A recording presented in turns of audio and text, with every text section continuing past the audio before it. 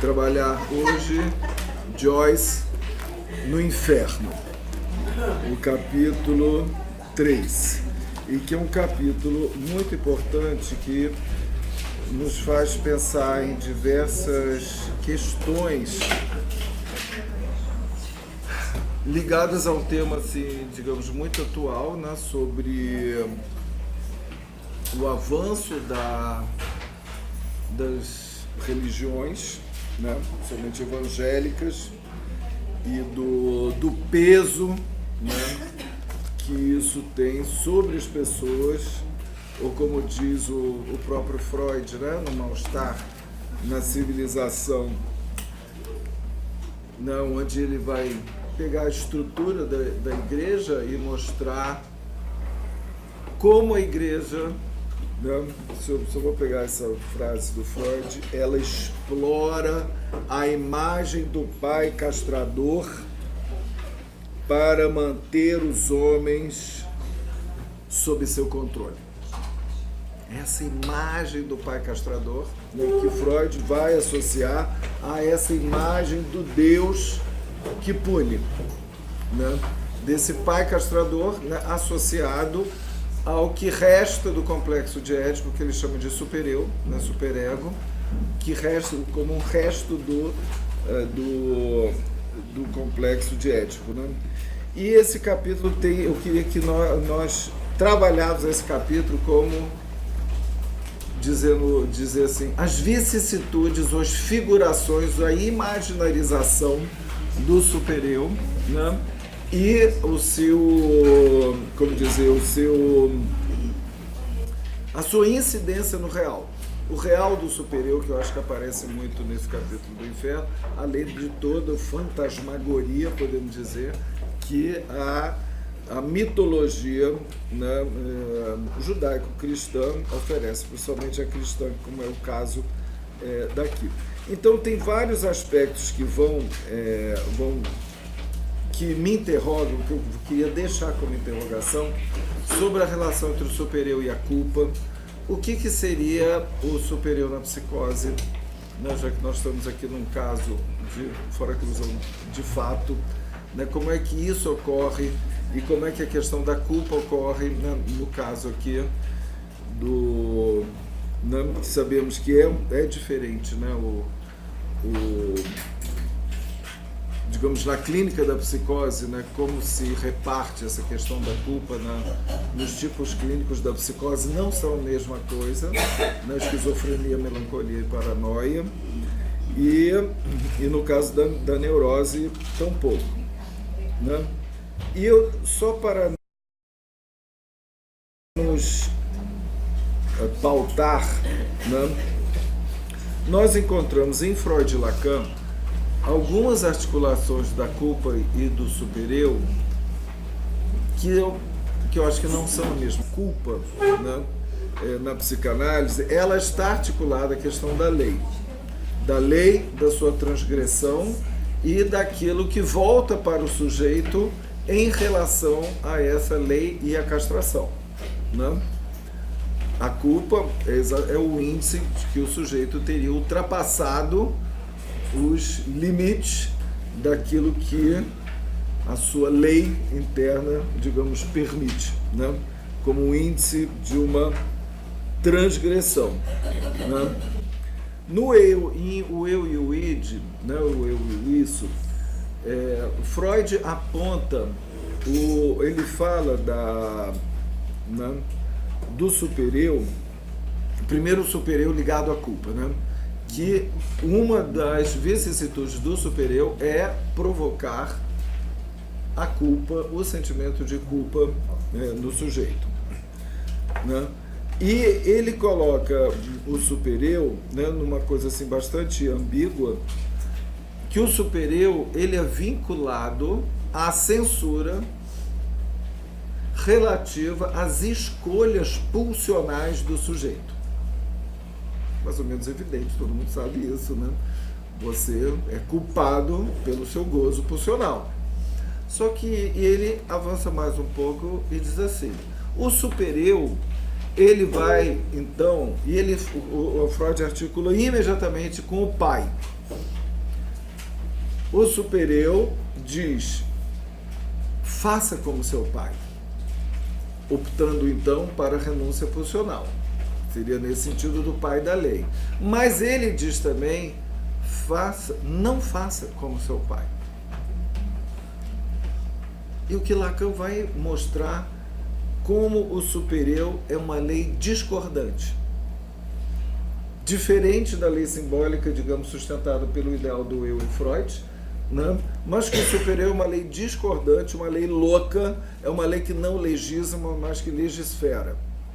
Não vem com a legalização, mas que traz a sua ambiguidade, e que Lacan, ao reler Totem e Tabu, né?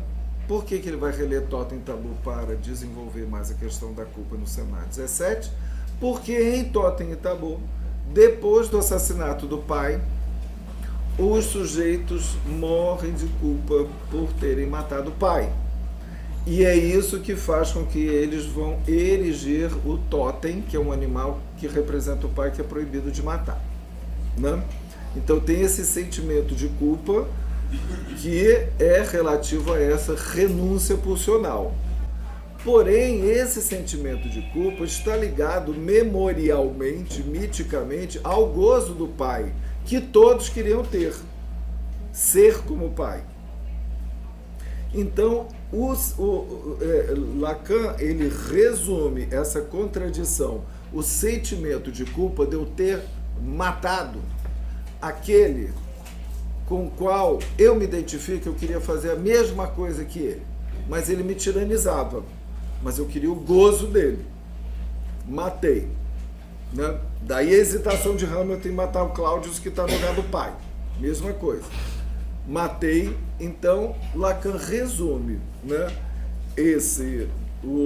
digamos, essa vontade de gozo semelhante ao do pai, com o assassinato do pai e a culpa, e ele resume assim: o supereu, no final da coisa, o que ele diz? Goza. À primeira vista não dá para entender sem a gente desdobrar essa questão do Totem e Tabu, do assassinato do pai, né? Então tem esse goza, que é uma ordem impossível a ser seguida. Então o sujeito é levado ao impossível. Daí o goza, daí o real, porque é um gozo que é impossível, né? Não só interditado, mas que é impossível. Então ele é levado a esse impossível do próprio gozo, que está na injunção superegóica do gozo. Esse gozo que vai fazer ele transgredir, se sentir culpado, e que é algo que, assim, que não tem fim, que se encontra como um sucedâneo da pulsão de morte na repetição, né? Então, não é exatamente... Vocês veem que eu diria, tem uma incidência do supereu que é diretamente vinculado à escolha pulsional do sujeito, e que são proibidas, digamos assim, e esse imperativo de gozo que faz ele repetir e continuar se sentindo culpado. Não acho que seja exatamente a mesma coisa. E ainda tem outra definição, quando a gente fala em culpa, né, dentro da nossa orientação, todo mundo vai lembrar logo do seminário 7, né? A gente se sente culpado por ter cedido do seu desejo, ter aberto mão do seu desejo. Me parece que já é um outro sentimento de culpa também. Que não sei se a gente tem que acoplar tudo, ou se podemos realmente fazer um repertório dos sentimentos de culpa, que nem todos os sentimentos de culpa são iguais. E nem sempre essa articulação da lei de sua transgressão, que constitui, né, o desejo, se manifesta como sentimento, feeling de culpa. Ele pode vir de outras formas. E o próprio Freud abre o leque falando sobre a necessidade de punição inconsciente. Essa necessidade do sujeito ser punido pelo gozo. né? Pelo gozo impossível, é o paradoxo, né? Que isso, na verdade, é mitificado de diversas formas em várias mitologias, inclusive nessa mitologia que nos interessa, né? E o mito que vai introduzir o tempo todo aqui, né, que aparece logo na primeira página, é a queda. The Nightfall. Tudo começa escurecendo. E o mito da queda, nós vamos ver, ele faz parte do que é essa queda, né? Mas antes disso, eu queria situar com vocês como é que a gente chega aqui, né? Porque se tomarmos o retrato de um artista quando jovem, né? Além das suas múltiplas vertentes, como, né, do retrato, como lembrem-se da definição do retrato em Joyce, que não é o retratinho, né, não é o selfie, é a curva de uma emoção. Então é uma trajetória, é um percurso de uma emoção. Tomemos essa emoção, agora no que nos interessa, com uma tríade, que é a falta, que vai aparecer de diversas formas. A falta não no sentido de manca, mas no sentido de foot. A falta no sentido de falta moral, tá? Falta no futebol, um erro. A falta, acusação, confissão. Essa tríade, falta, você é acusado ou autoacusado, e a punição, e como punição, né, tem a punição e vem a confissão. E o que vai amarrar esses três e que vai resolver esses três é a redenção, né? Essa redenção que, por exemplo, no ritual cristão pode ser dado, né? Você redimir os seus pecados, que o padre te dá uma receitinha de umas orações de como você vai redimir os seus pecados, até a redenção como um mito do Redentor, né, que a gente já trabalhou um pouco, que o Joyce se identifica, né? Que é ligado, então, falta, acusação, confissão. Esses 3 mais 1 vão se articular de diversos modos e vai sendo escrito ao longo do romance, né? E se articula uma posição subjetiva que vai ser muito precocemente afirmada, que é a posição do herege, né? Que nós já trabalhamos um pouco também, essa heresia, que vai aparecer de diversas formas, né? Como o herege em relação à igreja, herege em relação aos cânones literários, e depois herege em relação à própria língua, herege em relação à igreja, em relação à família, em relação à Irlanda, né? Ele se identifica com Parnell, depois, né, ele vai romper com a Irlanda, vai se exilar para o resto da vida, e também vai acabar sendo o herege em relação à própria língua, né? A língua inglesa.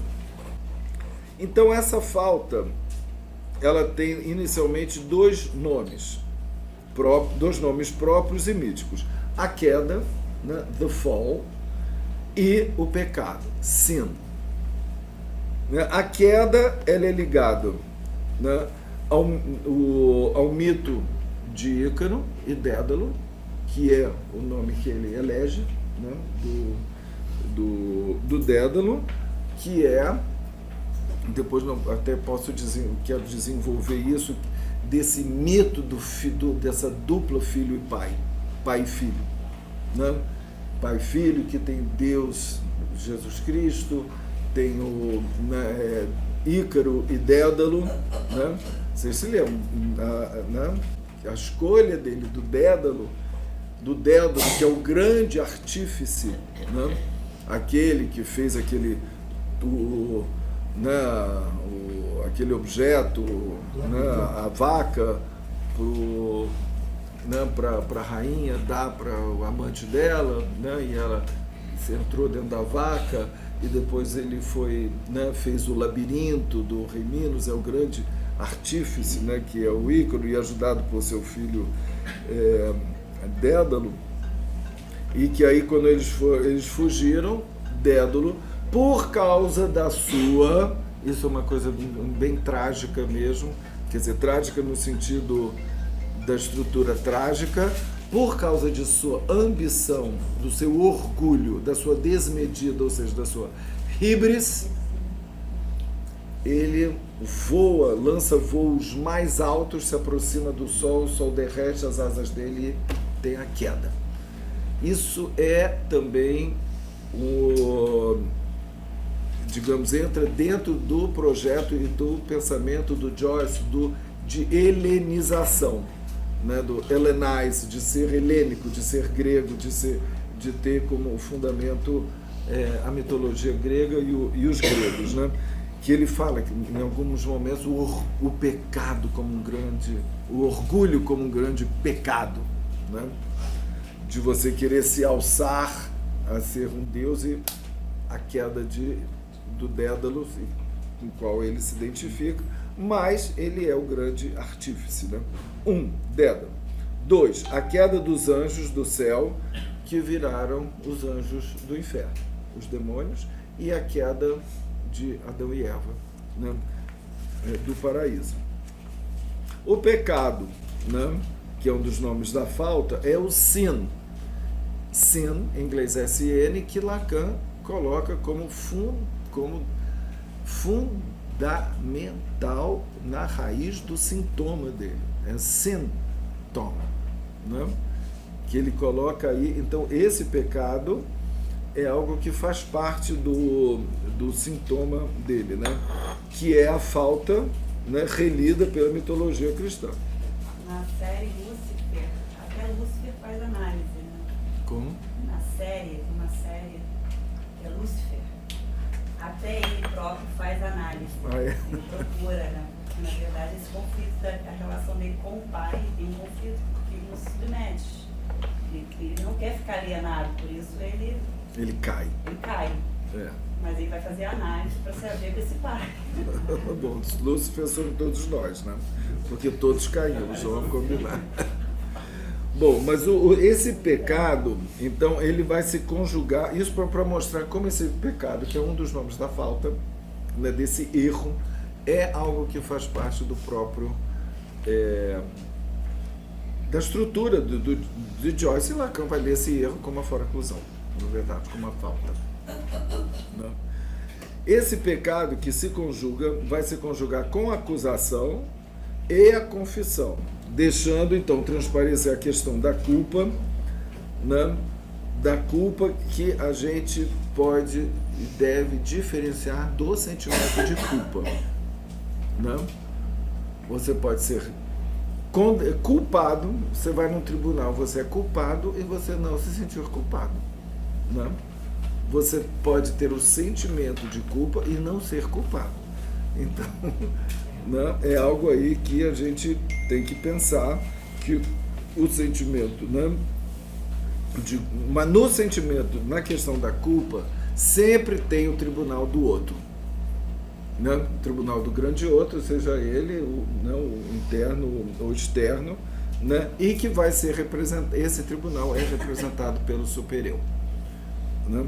Então Joyce, ele é acusado desde as primeiras páginas, mas não se sente exatamente culpado. O romance começa praticamente com a acusação, vocês se lembram?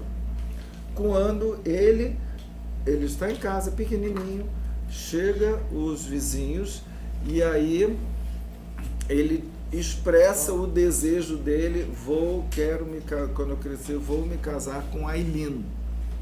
E se esconde debaixo da mesa. Aí vem a tia e diz uma coisa, como se ele tivesse feito que a gente nem sabe exatamente qual foi o erro que ele fez. O erro foi ter dito isso? O erro foi ter se escondido debaixo da mesa? Aí a tia diz, aí a mãe pede para ele se desculpar, a gente não sabe de quê. Por que ele vai se desculpar? E aí a tia diz, se você não se desculpar, as águias vão arrancar os seus olhos. Nada mais, nada menos do que isso. Né? E já começa com um erro, que ele não sabe muito bem o que é. E imediatamente, vocês acham que ele se sente culpado? Não sente, não. Mas o que acontece? Epifania musical. Apologize por outros eyes, apologize por outros eyes. Né? Se desculpar, seus olhos arrancar, se desculpar, seus olhos arrancar. Ele entra naquilo quase como uma alucinação. Né? Vem de fora a culpa. A culpa não, a acusação. Né? Mas o garotinho não tem sentimento de culpa. O sentimento de culpa, digamos, do neurótico, né? Que ao expressar o desejo de se masturbar, sente culpa, né? Depois de uma certa idade, né? Porque antes são safadinhos que fazem tudo com menor culpa, né? Mas quando pega, né, a culpa, né, não é uma coisa que vem do lado de fora dessa forma, né? Quer dizer, só para fazer aí essa disjunção, né? Nós podemos importar no outro. É o outro que persegue. É. O outro que ele não tem culpa de nada, né? Tem culpa, porque a culpa é estrutural. Tem culpa. Ele culpa o outro lá, a causa do mal, né? Pois é, será que o outro é a causa do mal? Ou isso é algo estrutural do sujeito, né? Porque a culpa pode se manifestar de diversas maneiras. A culpa pode ir até o suicídio por causa do gozo, né? E sabemos que vai mesmo até o suicídio. Por exemplo, dentre os casos de suicídio, quem mais se suicida são os homossexuais. E jovens, adolescentes homossexuais que se suicidam porque não suportam a autoacusação. Né? É interessante que em alemão o suicídio é autoassassinato. Esse autoassassinato, né, por causa da transgressão do gozo. Né? Então, o que nós vemos no romance é uma sucessão de acusações. Você ia falar alguma coisa, Freud? Não, eu estava só lembrando que o Freud, quando ele fala sentimento inconsciente de culpa, ele diz que ele mesmo lembra que é um paradoxo, porque deveria ser, ou é sentimento ou é inconsciente. Agora, eu fiquei curiosa, por que você diz que ele não sente culpa, né? O menino não, ali naquele episódio ele vai sentir. Não dá a impressão que ele sente culpa. O que ele descreve são as vozes atacando, dizendo. Para eu dizer que isso é sentimento de culpa, eu vou ter que colocar uma interpretação, mas ele não diz isso. Mas depois ele vai dizer. Quando ele transa, ele vai dizer. Aí aparece. A primeira culpa vai ser ligada ao pecado carnal, que ele diz que é um pecado mortal, né? Mas aí, por isso que estou dizendo que a acusação vem de fora, né? Será que um parêntese, sim, fala. Será que isso teria ligação com o fato do Lacan dizer que a religião não vai acabar? Acho que sim, porque a religião explora exatamente esse tipo de coisa. Explora e promove toda a fantasmagoria do que é a punição, né, da vida eterna. Eles usam o eterno, né, a utilização do eterno, né, também é a utilização de algo estrutural. O que é eterno em nós? O desejo. Então, o fogo do inferno é tão eterno quanto o nosso desejo, por isso que a gente acredita na eternidade, porque a gente supõe, porque o desejo é permanente e é eterno, né? Mas acho que sim, ela explora isso, essa estrutura, né? O que os estudiosos de Joyce dizem, né, é que, bom, primeiro, o romance, né, que do retrato é uma sucessão de acusações e confissões, né, que nós vamos ver. Sucessão, ele é o tempo todo acusado e confessa, e os estudiosos dizem que ele vai permanecer nessa estrutura até Finnegan's Wake, que é uma forma também de acusações e confissões, né? E aqui ele se confessa homem de letras, No final, ele se confessa: eu sou um homem de letras, sim, não vou seguir a profissão que meus pais querem, e ele se confessa como herético, mas ele vai ter que dar grandes voltas até chegar a isso aqui, ainda não entrou nisso. Mas quanto à confissão como sacramento cristão, né, ele tinha, na verdade, que ele fala, a ambição de combinar tanto o lugar do penitente como do confessor, né? Ele paquerando uma jovem um pouquinho já mais velho, ele diz assim: deixa eu ser o seu confessor, eu quero ouvir tudo que você faz, tudo que você pensa, todas as coisas que você faz na sua intimidade. Ele tinha isso dele querer ser, ele vai entrando e querendo ocupar os dois lugares, também com a sedução que ele tem no momento de ser padre, né? De se pensar nisso, né? Que era para ouvir a isso, né? Mas ele não se sente culpado de tudo que ele cometeu, né? Por exemplo, lá no colégio, vocês se lembram que ele vai denunciar ao reitor a injustiça de ter apanhado do padre Dolan, que o espancou por ter... Ele estava lá na escola, ele não tinha os óculos, né? Porque os óculos tinham sido quebrados quando os garotos empurraram ele lá numa vala, né? Num esgoto, sei lá, e ele estava sem os óculos. E ele perguntou por que ele não estava fazendo a lição, ele disse que não conseguia ler porque estava sem óculos. E ele, para cumprir o imperativo do pai, não denuncie jamais seus colegas, ele não denunciou os colegas.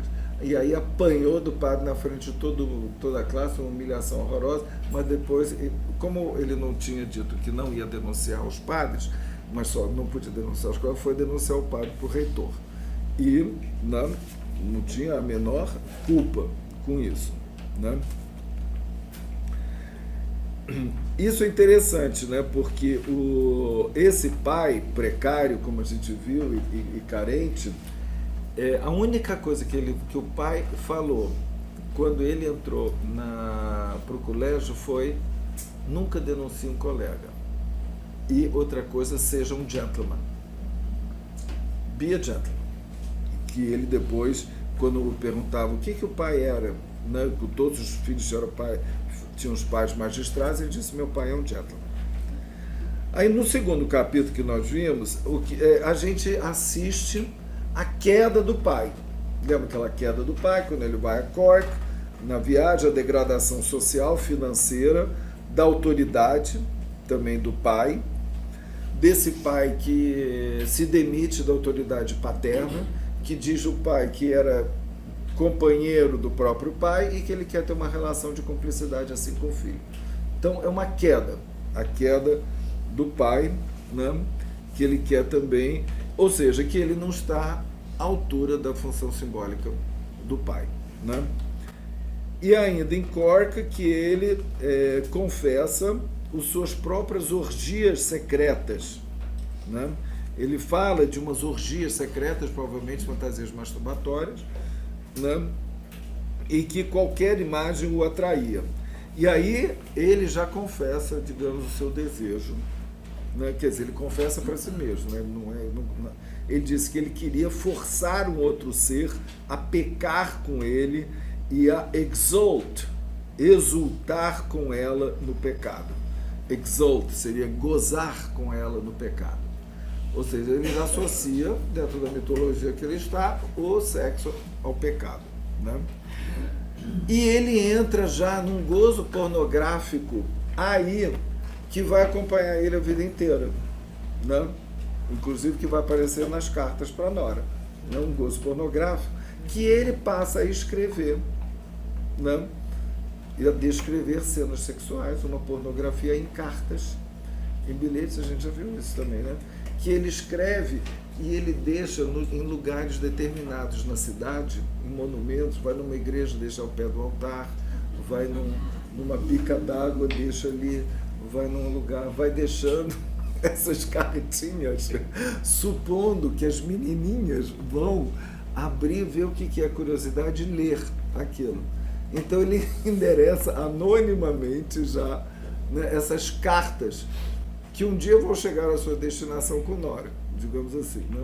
mas que ele, né, começa a escrever e colocar também debaixo das portas das casas, né? Então você vê que a escrita dele começa a passar aí, né, por essa, né, as cartas pornográficas, né? E ele mesmo, mas isso não parecia ter um arrependimento ou culpa, mas ele já sabia das suas consequências. Tem uma frase que ele, nesse momento, ainda no capítulo 2, antes da ligação carnal, ele fala assim: His soul lusted after his own destruction. É difícil traduzir lusted. Sua alma cobiçava, no sentido sexual de cobiça, lusted, to lust. Lusted, sua própria destruição. Sua alma cobiçava sua própria destruição. Vocês veem que interessante. Tem aí a questão do gozo e da punição, né? Aí já vinculado. Lust é luxúria, o substantivo, né? Em inglês, lust. E nós temos o Lust, em alemão, que é o Lust Princeps, que Freud usa para o princípio do prazer, né? Lust é o prazer, só que em inglês lust é luxúria, paixão, né? Então a gente poderia traduzir: a sua alma luxuriosa, ou sua alma com luxúria cobiçava sua própria perdição, na sua própria destruição. Vocês veem como aí nessa própria frase já tem a questão do gozo, da lei e da punição, né? Aí presente, né? Então, nós podemos dizer que esse romance, com isso, ele aponta a própria queda, como Lúcifer. Ele já aponta para a própria queda, né? Mas isso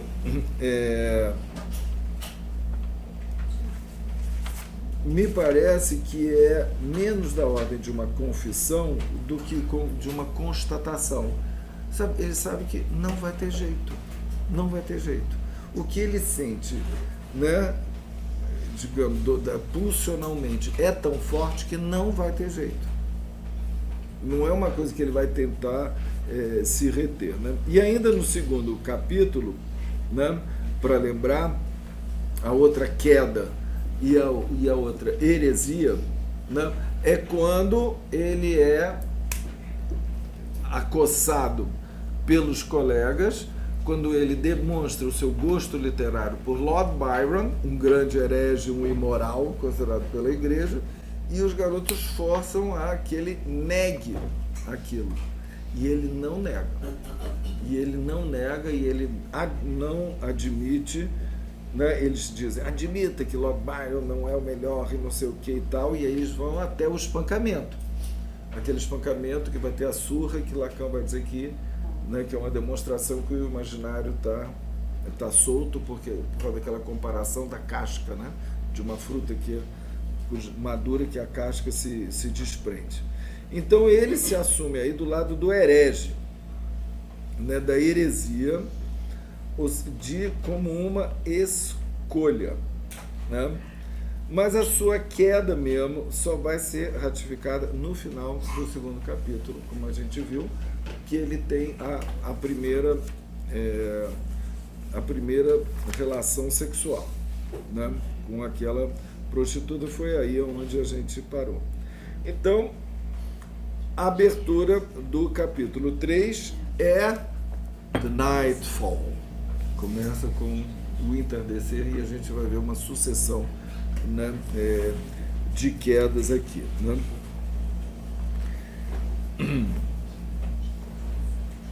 E aí começa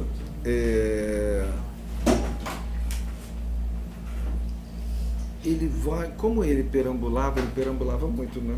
Ele andava muito por Dublin inteira, e aí ele volta para o bairro das prostitutas, e aí já de uma forma diferente, né? Depois da queda prematura da noite, iam acender-se as lâmpadas amarelentas aqui e acolá pelo esquale do bairro de bordéis. Ele passaria calmamente por entre elas, as prostitutas que já estariam deixando suas casas, etc., à espera de um súbito movimento de sua vontade, um súbito apelo de sua alma pecaminosa. Ou seja, ele já pecou.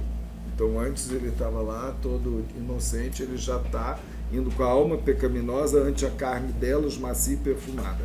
Enquanto vagabundeasse em demanda desse apelo, os seus sentidos, embrutecidos apenas pelo seu desejo, notariam agudamente tudo quanto os ferisse e os envergonhasse. Então aqui já começa a ter o sinal da vergonha, que é outro índice da culpa.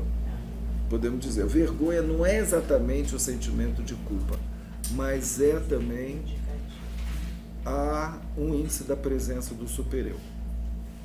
Esse supereu que fica mais evidenciado na vergonha,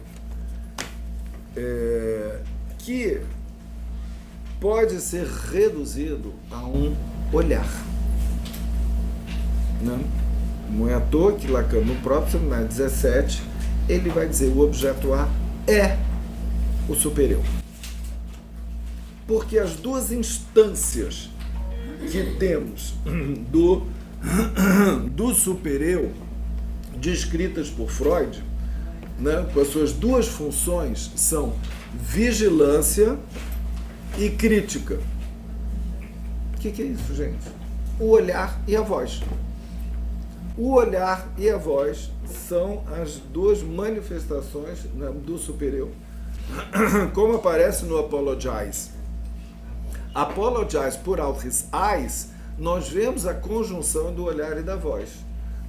O arrancar os olhos com a voz do supereu, que aparece sob essa forma epifânica e musical, mas que aparece ali, o olhar e a voz como essas instâncias superiores. E a vergonha é um índice de que quando você, de repente, você está falando ou está sentindo alguma coisa e enrubesce.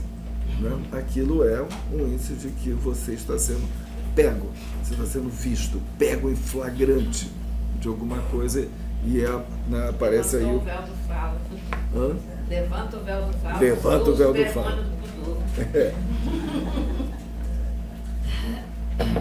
Aqui é a capa do seminário da televisão, E aí acontece aquelas coisas maravilhosas, da descrição dele, ele já passa lá da prostituta para o colégio, está escrevendo umas equações no colégio, se quem quer seguir na página 116, está escrevendo as equações no colégio. Olha o que acontece com as equações.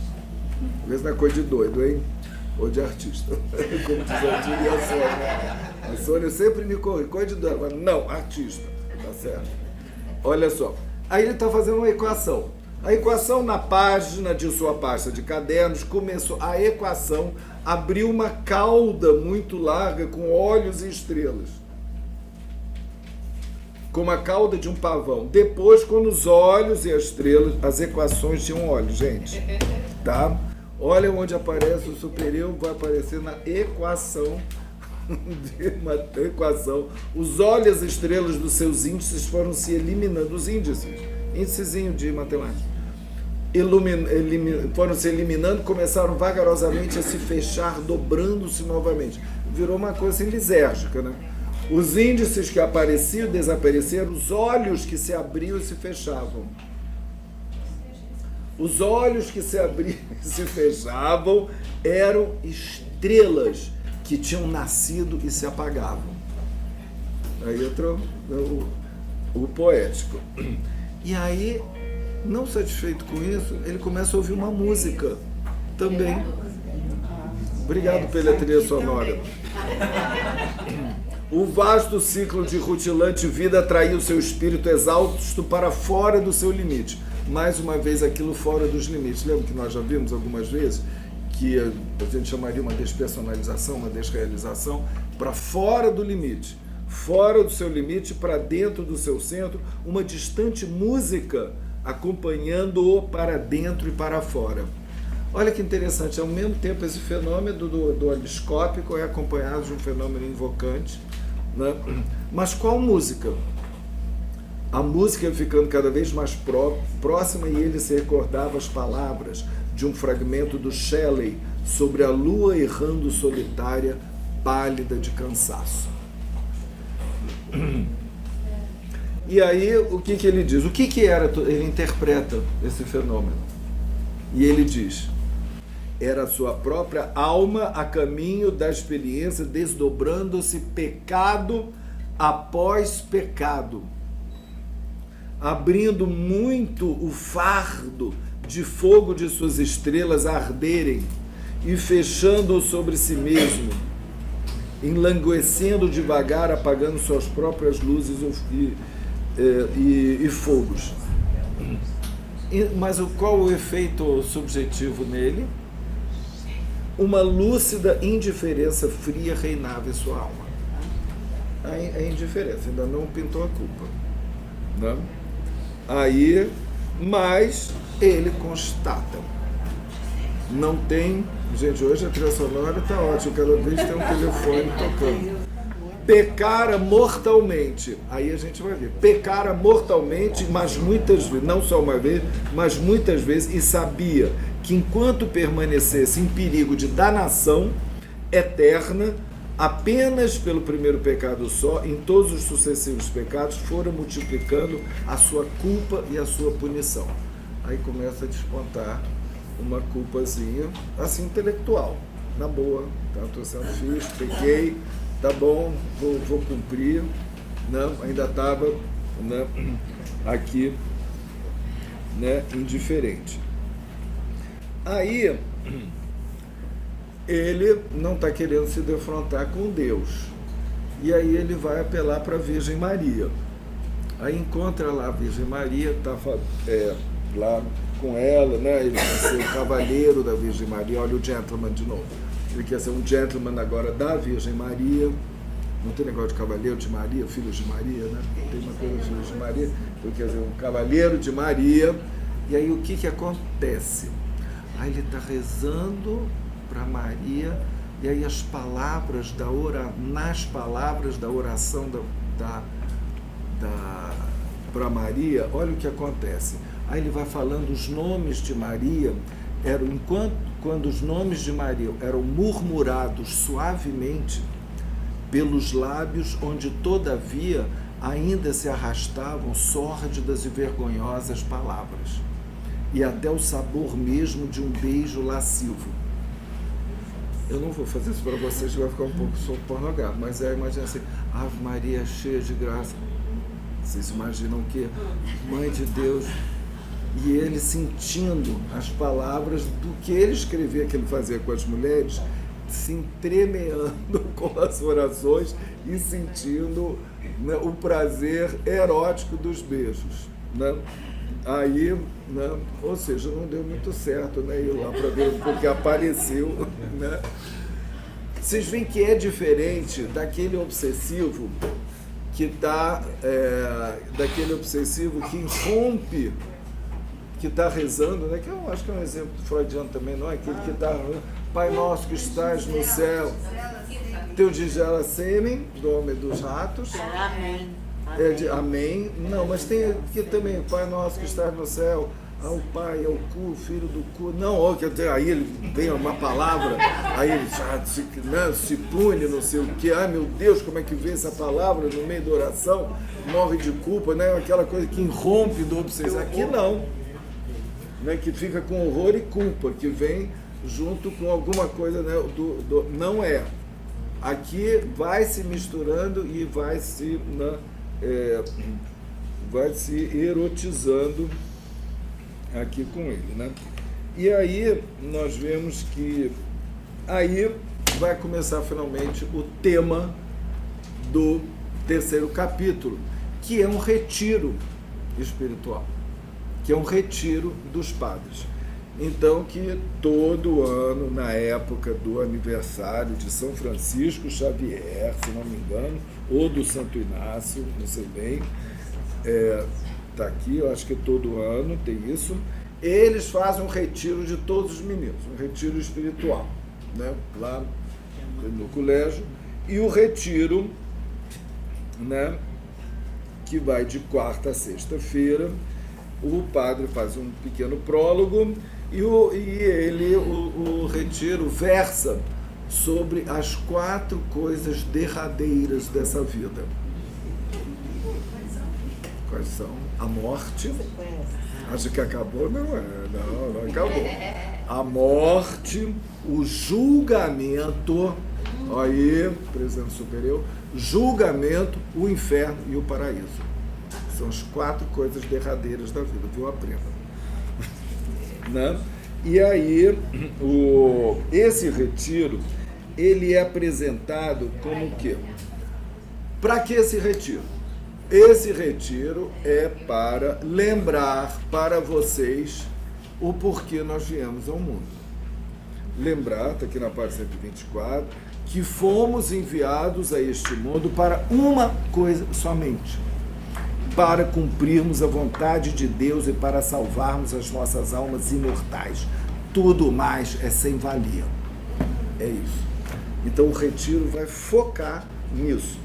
E qual as armas que eles vão usar? A fantasmagoria, que eu chamo assim, do inferno. Né? Do inferno. Agora, vocês veem que interessante. Esse retiro é como um vanitas. Vocês sabem o que é o vanitas? Vanitas, se vocês não sabem, como vanitas, vocês não entenderam o seminário 11, porque está na capa do seminário 11. O que é a capa do seminário 11? Tá, os embaixadores. O que tem? Uma caveira. Aquilo é um vanitas. Aquilo é um vanitas. O vanitas é uma figura, é um estilo de pintura, né, do flamenca, mais flamenca, né, da Idade Média, né, do Renascimento, mais ou menos, aonde mostra, como no quadro dos embaixadores, onde nós temos 2 embaixadores, ou seja, 2 representações do poder, né, da igreja e, né, da nobreza, ali os embaixadores, e nas prateleiras todos os produtos, digamos, do homem, os produtos do saber, tem astrolábio da ciência, aí tem instrumentos musicais, tudo que o homem produz, digamos, né? Tem os 2 caras super vestidos luxuosamente, tapetes, né, e livros, e, né, os instrumentos musicais, instrumentos do saber, né, e aquela figura estranha que é a caveira em anamorfose, que você só vai descobrir quando você, né, olhar o quadro de uma determinada maneira, né? Para quem não sabe, esse quadro ficava lá no palácio, no alto, em cima de um pórtico, tá? Então, quando os visitantes chegavam naquele palácio, eles viam aquele poder todo, né, do homem com seus representantes de poder, os seus embaixadores. E aí, quando ele ia passar pelo pórtico, se ele olhasse uma segunda vez para trás, o que acontece? Pelo ângulo de visão, toda aquela imagem se borrava, você não via, você só via uma coisa, que é a caveira. Então, o que é a caveira? Dentro da representação pictórica, né, significa que diante da morte, tudo aquilo é futilidade, é vão, vanitas. Só que essa caveira representa o olho de Deus. O olho de Deus. O olho de Deus, porque é o único que pode ver que tudo isso que nós somos aqui, não passamos de cadáveres. Como se você olhar, só visse cadáveres aqui. É isso que é o vanitas, para lembrar disso. Oi, tá? Tem a vida eterna. Isso tudo que está aí não é nada. Isso é o que ele diz. Tudo mais é sem valia. Então, vocês veem o que eles vão fazer com os meninos. Está todo mundo já meio apavorado aqui, né? Então, é de inculcar o pavor e a culpa, e mostrando tudo esse mundo aí é futilidade. Não vale nada, né?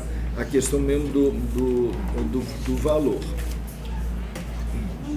Então, e aí eles partem, né, para esse retiro, né? Ele vai falar, e agora, então na página 127, ele diz, agora era a vez de Deus. Ele realmente sente aquilo como uma palavra encarnada de Deus, desse grande outro, e esse julgamento que é prometido depois da morte, na verdade, ele vai ser antecipado, porque ele vai acontecer, né, tudo aqui, digamos, eles vão antecipar essas 4 coisas derradeiras, né? Ninguém fala do paraíso, na beleza do paraíso, não, é só o inferno, né? E aí ele diz, ele não pode ser enganado, nem seus olhos poderiam ser vendados. Então aparece realmente Deus como o tribunal e a própria representação, né, do juízo, né, o juízo final. E esse Deus que é encontrado no juízo final não é mais o Deus bonzinho, o Deus, entende, que morreu por nós na cruz e tararara. Não. É um Deus cruel que diz o seguinte, afaste-vos de mim, vós, os malditos, ide para o fogo eterno que foi preparado para o demônio e seus anjos. É esse Deus que vai... Não tem mais lugar para arrependimento. Não tem mais lugar para nada, é esse Deus que vai decidir. Não tem meio termo, lá não. Fechou. Pá, direto.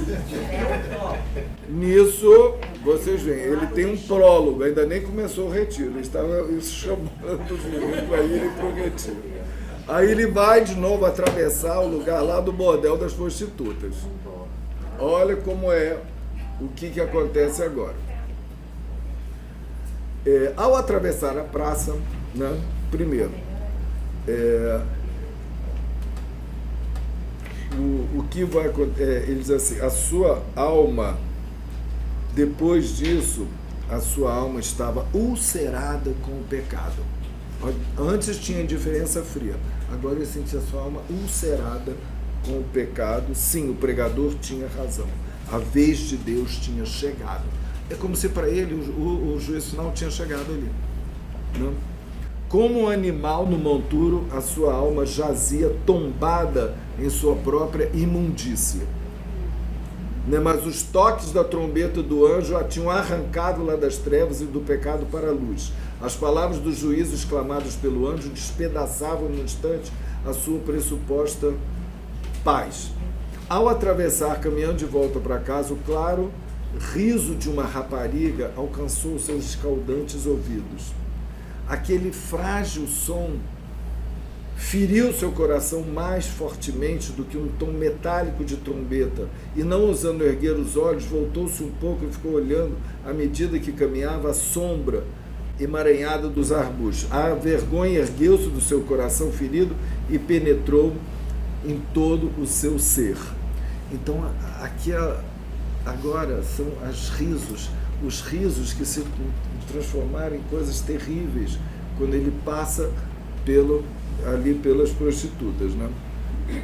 As sórdidas minúcias de suas orgias subiram até seu nariz.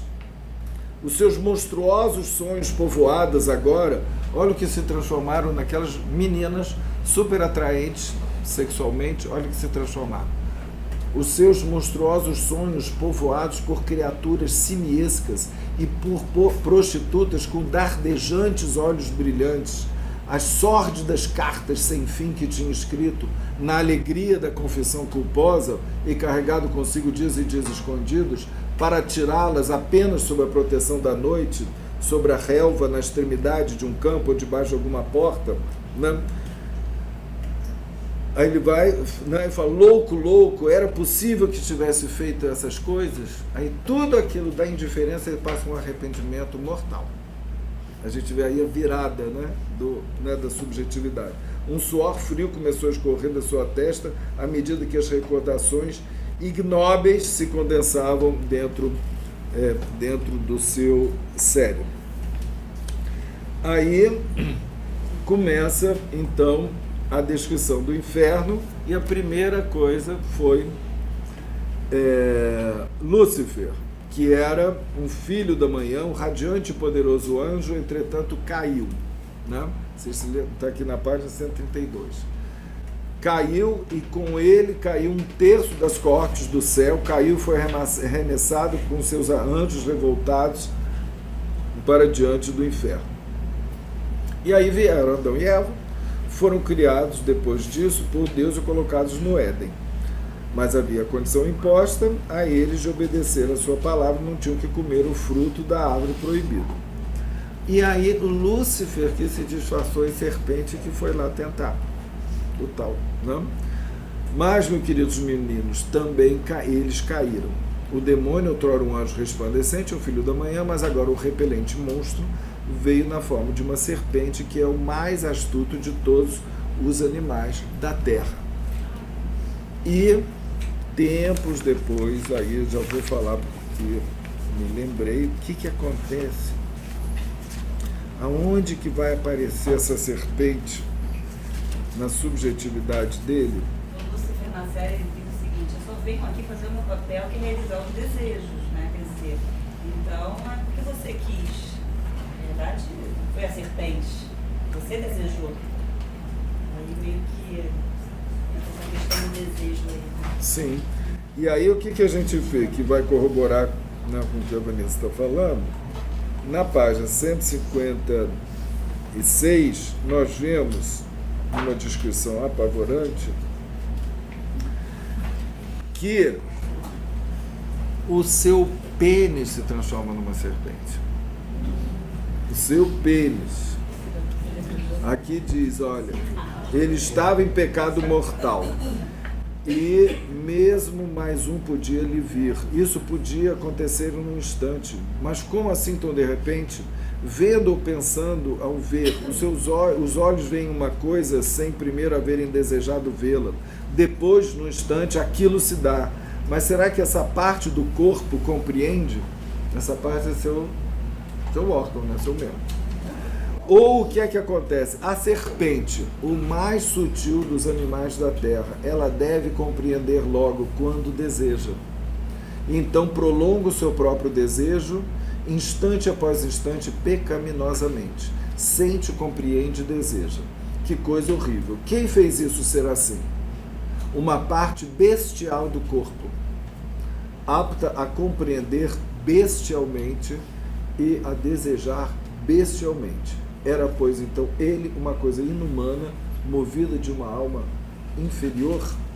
Então, essa serpente, na verdade, ele sente o próprio, né, pênis aí como uma serpente. E o que aparece, aí vai a descrição do inferno, né? O que é o inferno? É uma estreita, negra e sórdida prisão fétida. Primeira coisa que acontece é o nível da pulsão anal. O fétido, uma habitação de demônios e de almas perdidas, cheio de fogo e fumaça. E aí insiste, o horror dessa estreita e negra prisão é aumentado por seu tremendo cheiro ativo, né? E aí tem as trevas também, a questão do trevas, tudo escuro, um fedor horroroso, o fogo onde arde eternamente nas trevas, uma tempestade que nunca mais acaba de trevas, negras chamas, negra fumaça de enxofre, o cheiro também a arder, por entre os quais os corpos estão amontoados uns sobre os outros numa nesga de ar. Aí continua a questão do fogo, né? Não é um fogo que redime e que purifica, não. É só para arder no sentido do gozo, o gozo, né, do sofrimento, né? Nesse sentido. E esse terrível fogo não aflige os danados somente por fora, pois cada alma perdida se transforma no inferno dentro de si mesma. Tem, né? Reproduzindo, inclusive, tem uma cena lá que fica reproduzindo esses mortais, fica repetindo aquela cena do gozo mesmo, aonde está o pecado e o prazer, é lá que fica repetindo aquela mesma cena da vida. Ele fica prisioneiro naquela cena. Você está falando que é nesse filme? Esse filme, né? É onde ele mesmo, esse filme fica nesse nesse lugar de chuva, porque ele porta a luz, né? Enfim, E aí, bom, tem isso, e aí tem outra característica, né, que isso se transforma no inferno de si mesmo, e uma coisa que vai articular então com a culpa e com esse super-eu, com esse olhar do outro, é a interpretação de que esse fogo é a vingança divina, né? É a vingança divina, e que aí aparece, já na página 137, o elemento da voz, né? Que onde é que está isso? 38. São as vozes dos demônios, né? E que essas são as vozes da consciência, que já articula, que são os gritos. E aí as vozes que ficam o tempo todo repetindo: por que pecaste? Por que deste ouvido às tentações dos amigos? Por que abandonaste tuas práticas piedosas e tuas boas ações? Por que não evitastes as ocasiões do pecado? Por quê? Por quê? Por que não deixaste aquele mau companheiro? Por que não desististe do mau hábito? Né? Aquele hábito impuro? Por que não ouviu esse porquê? Só que é um porquê que não tem resposta. Porque não tem, já foi. Né? Então, nós vemos a dimensão olhar, né, da presença de Deus, né, julgando, o nível anal, né, as vozes, as perguntas dos demônios, né? E aí, o que ele sentia? Que é uma coisa impressionante. Cada palavra daquelas era para ele. Ele sentia pessoalmente concernido em cada palavra. Deus era todo-poderoso. Aí o que acontece? Olha o efeito subjetivo no menino. A sua carne encolheu-se toda, como se estivesse sentindo a aproximação das vorazes línguas de fogo toda seca, como se estivesse sentindo em sua volta o redemoinho de ar sufocante. Ele havia morrido. Sim, fora julgado. Uma vaga de fogo arrebentara sobre seu corpo, a primeira. Outra vaga onda, né? E o seu cérebro começava a arder. O seu cérebro, ouçam isso, o seu cérebro estava cozinhando e borbulhando dentro do revestimento estilhaçado do crânio, de onde rompiam chamas como uma corola, guinchando como vozes. Hell, hell, hell, hell. Gente, isso é comparável ao que acontece com fenômenos que o Schreber descreve. Parece que ao invés de fazer o fenômeno, ele escreve o texto. Exatamente. A gente, como diz vários historiadores, né, e leitores, que isso é uma descrição autobiográfica, a gente pensa se isso não é o que ele está sentindo, ou seja, as imagens do corpo espedaçado. Como no Schreber, que quando ele ia tomar banho, ele sentia a calota do crânio dele pulverizada, assim virava pó. O cérebro amolecendo, a traqueia, ele engolia a própria traqueia que se liquefazia. Né? Tem algo semelhante aqui, né? E as vozes, ao mesmo tempo, essas vozes o tempo todo falando, o réu, né? E as vozes ainda diziam: réu, está me parecendo que ele o esfregou direito em ti, não sei o que é, meteu a todos numa fedentina azul, umas coisas assim, né? É disso que vocês precisam, inferno e muito inferno. Aí ele diz, ele se recostou bem atrás, na cadeira, na sua carteira. Isso tudo ele sentiu, não estava em plena aula. Não tinha morrido, não. Deus o havia poupado. Ou seja, ele sentia isso vivo, né? Essas imagens aí, né, do corpo despedaçado. Aí, já na página 143, a gente entra no terceiro sermão, e aí vocês vão vendo que são descrições, assim, digamos, de castigos superegóicos, né, que acontecem, né?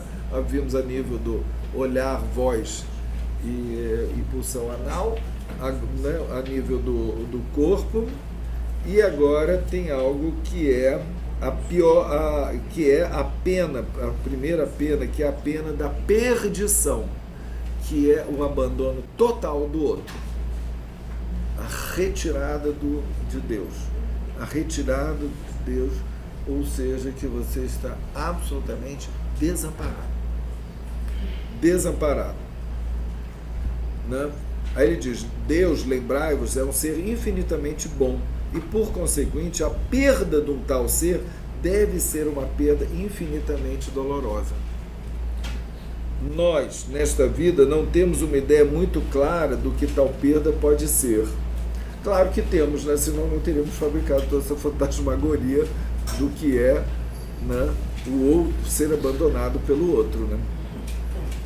Mas os danados do inferno, por seu maior tormento, têm uma compreensão total daquilo que perderam e compreendem que, devido aos seus pecados, o perderam para sempre.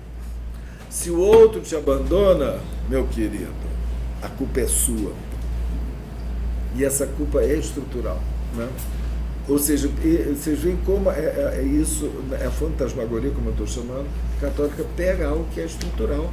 Quando o outro te abandona, deixa de te amar, a primeira coisa que o sujeito diz é: o que eu fiz? O que eu fiz para ele ir embora? O que eu fiz para ela ir embora? O que eu fiz para, né, ele me perder?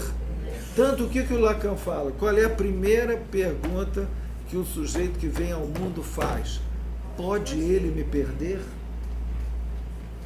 Pode ele ficar sem mim? Essa pergunta a religião dá, sim, meus queridos.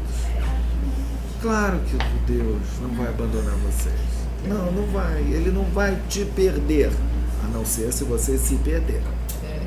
E eu vou te ensinar como você não se perder. Dá um dinheiro aqui, vamos passar uma aqui, vamos vender umas indulgências plenárias, né? Então vocês veem como é algo estrutural, extremamente elaborado, porque é assim: não, você não vai se perder, né?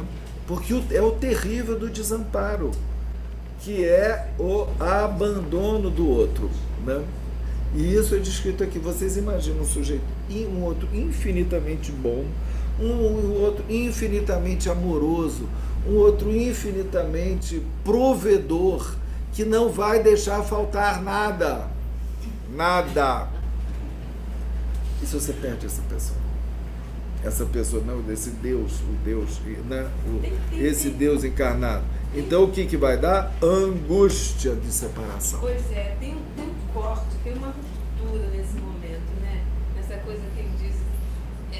Porque tem uma frase muito interessante que ele repete 2 vezes: o tempo era, mas o tempo não será mais. Vou chegar lá. Isso. Acabou, não tem mais tempo. Não tem mais tempo. E o outro, não tem mais tempo, está acabando. Não tem mais tempo.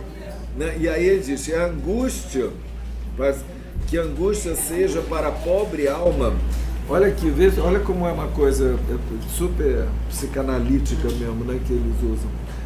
Que a angústia seja para a pobre alma ser repelida da presença do seu Criador, supremamente bom e amante, que trouxe essa alma do nada para a existência e a susteve na vida e a amou com incomensurável amor. Não é isso que todo mundo quer? Né? De estar com esse outro aí que ama com um amor incomensurável. Pois perdeu. Acabou. Não tem mais. E isso é descrito como a primeira pena, a primeira penalidade. E aí ele diz: olha, estar, pois, separada para sempre do seu maior bem, Deus, e sentir angústia dessa separação, sabendo completamente que isso jamais será modificado. Este é deveras o maior tormento que a alma criada é capaz de suportar. Pena damne, o castigo da perdição. Que é o que todo mundo passa, né, numa análise, né, que é a separação do outro, que a gente já é separado mesmo, né, e que a gente tenta tamponar isso, né, e que é claro que a gente vai trabalhando isso, né, que são essas separações, né, que é a separação desse grande outro supremamente bom, de incomensurável amor, etc. Né, que a gente sabe que não existe, que ele é barrado, né, mas como ele é alimentado pela religião, né? Alimentado e com todas essas, digamos, todos esses, como dizer, essas imagens de pavor que a pessoa sai a ouvir, e é essa ameaça terrível que é. Então daí o pastor, o padre, que é o representante daquele Deus, ele vem dar o caminho para a pessoa, para que isso não aconteça com isso. Se vem o poder que isso tem, é maior do que qualquer poder político que a gente possa imaginar. Né? Na medida que transferencialmente, né, aqueles pastores que estão nesse lugar que transmite aquela palavra como se fosse a verdade, né, ficam completamente subjugados. Completamente subjugados. Não é à toa que nós vemos cada vez mais, né, a política se apropriar das igrejas e do discurso religioso, da própria religião. Né? Assistam The Family, que é um seriado que mostra, né, meio docodrama, em que mostra como digamos, a política americana, ela da direita, de extrema direita, se calca totalmente na palavra de Jesus, no Evangelho, como tem algo aí da crença que é articulado, né? Porque é de um poder realmente, né, muito grande. Bom, vamos parar aqui no meio do inferno e continuar na próxima.